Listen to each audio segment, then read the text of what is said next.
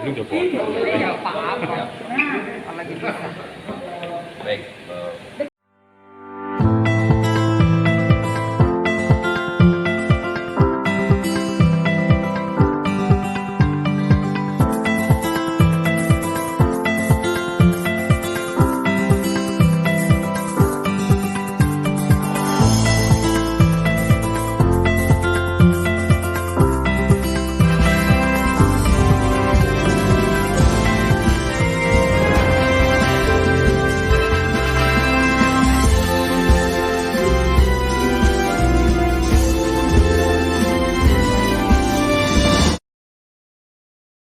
Sebenarnya sidang pertama, tetapi dari pihak para tergugat tidak hadir, ya.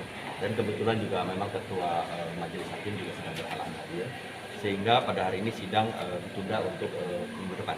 Gitu. Nah, ini Pak, terkait sidang ini tadi kan tanggal berapa Pak yang akan dilanjutkan? Minggu depan tanggal 16 Februari ya, pagi Jumat yang sama. Pak. Jadi mungkin saya sedikit ceritakan inti daripada gugatan ini ya. Oh iya. Jadi inti dari gugatan ini adalah klien kami sebetulnya mahasiswa daripada Inggris gitu kan, di mana dia sedang menempuh ujian doktor untuk promosi doktor. Tiba-tiba pada sudah dijadwalkan tanggal 20 Desember 2021 untuk sidang terbuka promotor. Akan tetapi malam hari kan tiba-tiba ada pemberitahuan via WhatsApp dari pihak rektorat yang menyatakan bahwa sidang terbuka besok tanggal 21 ditunda. Pemberitahuan tanggal 20. Itu kan sangat mendadak dan tidak ada penjelasan yang lebih masuk akal gitu. Ada apa kok penundaan dilakukan 1 hari sebelum, sementara klien kami ini sudah menempuh semua syarat-syarat untuk menjadi dokter gitu, udah memenuhi ujian tertutup segala macam. Dan kemudian juga ada permintaan dari pihak rektorat untuk mengganti promotornya dan juga penguji. Bayangin ibaratnya kita sudah diuji dan diberikan oleh promotor yang si A si B misalkan begitu, tiba-tiba diganti semua gitu. Lah materi kita kan bisa jadi berbeda seperti kayak gitu. Nah, jadi disinilah kelihatan menurut pendapat kami ada perbuatan melawan hukum yang dilakukan oleh para tergugat di sini. Orang tergugat di sini ada 3 dan turut tergugat ada 2. Itu. Ini dari ibu sendiri itu maksudnya dari klien ini Pak merasa apa sih Pak yang dirugikan itu Pak? Apa aja Pak? Kenapa bisa sampai terjadi seperti itu? Baik, mungkin kalau soal kerugian bisa cerita langsung dari klien kami yang biasa merasakannya langsung bisa diceritakan. Oh ya, terima kasih. Jadi terima kasih ya kepada rekan-rekan media ya yang terus mengikuti perkembangan ini. Jadi seperti tadi sama ketua tim penasihat hukum saya ada Pak Heri, Bu Lamria sama Ibu Marta yang hadir di sini sudah jelaskan perbuatan melawan hukum itulah yang sekarang ini kita sedang perjuangkan ya. Yang dirugikan itu tentu saya kan sebagai mahasiswa program dokter Inggris sudah kuliah 3 tahun. Tentu saya sudah menghabiskan waktu, menghabiskan tenaga, menghabiskan uang juga, apalagi untuk promosi sidang terbuka itu yang sudah direncanakan terjadwal sedemikian rupa, sudah ditandatangani oleh rektor tanggal ujiannya, sudah tahu tempatnya juga di hotel sakit. Bahkan kami pun dari panitia, saya sendiri sudah melakukan JR persiapan dan dihadiri oleh fakultas dan staf fakultas hukum maksudnya ya. Jadi tentu kan persiapan seperti ini kan memerlukan biaya, tenaga, itu yang mahal.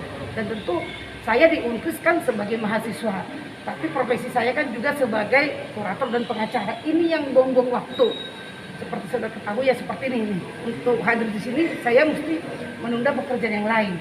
Tapi karena ini menjadi hak saya sebagai warga negara, sebagai mahasiswa yang menurut saya sudah sangat keterlaluan apa yang dilakukan oleh rektor, oleh ketua senat Unkris dan ketua senat fakultas.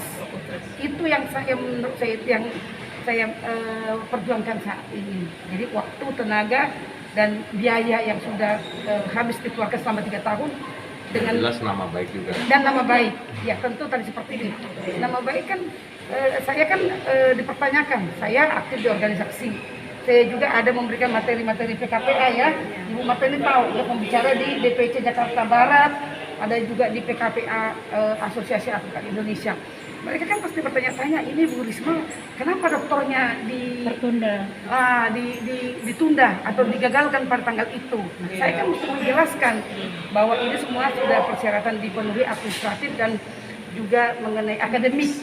Karena kalau udah ujian tertutup, semua profesor guru besar di Indonesia mengatakan jarang, belum pernah ada terjadi, baru ini. 1 hari sebelum pelaksanaan promosi kok bisa diganti promotornya.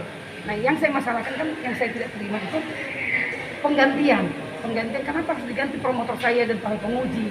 Nah, itulah makanya saya perjuangkan, saya minta kepada tim penasihat hukum saya untuk kita mengajukan perbuatan hukum menuntut sejumlah ganti rugi.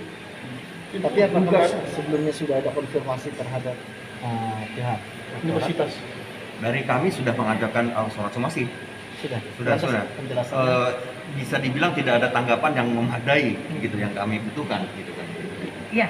Nah, jadi kalau ini kan mengenai penundaan itu, karena saya pikir kalau kita tanya pun sudah nggak ada gunanya menurut saya, karena udah H-1 dibatalkan kan. Kalau misalnya dibatalkan 1 bulan atau 2 minggu, tentu kita masih ada komunikasi. Kenapa ada persiapan? Kenapa ditunda? Kenapa harus diganti promotornya? Tapi ini perlu saya tahu sekarang. Itu kan dulu hanya dugaan aja kenapa diganti. Yang perkembangan sekarang ini yang saya dapatkan dari rapat-rapat yang dilakukan di UNPRIS, ada satu namanya Bapak Jaksida Butar, termasuk juga anggota pembina, sudah mengatakan bahwa ketua senat UNPRIS itu Profesor Gayus Lumbun ada mengatakan bahwa beliau ada katanya dengan perkara yang pernah saya tangani. Beliau marah, sakit hati karena ada pernah perkara di Mahkamah Agung saya tangani. Nah, perkara itu awalnya di Pengadilan Jakarta Utara membebaskan suami istri jual beli tanah. Di tingkat kasasi dihukum 2 tahun. Nah, klien saya mengajukan PK peninjauan kembali. Tentu sebagai penasihat hukum saya all out. Saya fight untuk membela hak klien saya supaya mereka bisa keluar dari penjara. Dan ternyata itu dikabulkan oleh Mahkamah Agung, dikabulkan peninjauan kembalinya, kedua suami istri itu menjadi bebas. Nah, itulah rupanya yang dikatakan oleh Prof. Gayus, katanya sakit hati karena urusan perkara lama itu, dan itu dinyatakan pada waktu rapat tanggal 10 Januari 2022 kemarin. Ada beberapa yang mendengarkan, ada dekan, ada Jaksida Butar, ada juga ketua pengawas, ada juga ketua pengurus ya, karena itu rapat gabungan antara yayasan dengan rektor dan dekan itu. Nanti seandainya mereka memang tidak hadir segala macam, pemeriksaan persidangan dilanjutkan dan sampai putusan dengan putusan first track, akhirnya tidak dihadiri oleh pihak tergugat. Untuk harapannya ya, ini menjadi momentum, karena ini kan juga sudah saya laporkan ke Dikti, karena ternyata di UNPRIS itu terjadi rangkap jabatan. Nah, inilah pemicunya. Kan pasti bapak-bapak tahu yang berkompetensi mengurusi administratif kemahasiswaan kan dekan. Paling tinggi adalah pengelola di perguruan tinggi adalah rektor, paling tinggi. Tidak ada pernah ketua yayasan ataupun ketua pembina senat mengurusi tentang disertasi daripada mahasiswa. Nah, ternyata di UNPRIS ini ada terjadi rangkap jabatan. Iya, tindakan sewenang-wenang. Jadi karena rangkap jabatan Prof. Gayus ini yang menjadi tergugat 2 di sini, selain ketua pembina yayasan, saat ini juga sebagai ketua senat universitas dan juga sebagai dosen. Bapak Imam Santoso juga sebagai ketua senat fakultas, juga beliau sebagai anggota pembina yayasan dan juga dosen di sana. Nah, itulah yang makanya kenapa bisa memimpin rapat tanggal 20 untuk menunda, kalau saya bilang menggagalkan, dengan membongkar semua itu promotor ke promotor, tentu kan menggagalkan. Jadi ini sudah saya laporkan juga ke Dikti ya. Harapan saya, harapan saya pastinya ini nggak boleh terjadi, nggak boleh terulang. Saya juga berharap kepada Dikti, kepada semua yang terlibat dalam masalah ini untuk memperbaiki. Jangan ada lagi korban-korban mahasiswa lainnya. Nah, karena saya mendapat, ya karena saya terakhir dapat setelah ini dapat banyak info di UNPRIS itu ternyata banyak terjadi ketika mau ujian promotornya diganti. Bahkan ada promotor ditunjuk, dia tidak pernah membimbing. Boleh dicek tanggal 7 kemarin, boleh dicek tanggal 7 ada ujian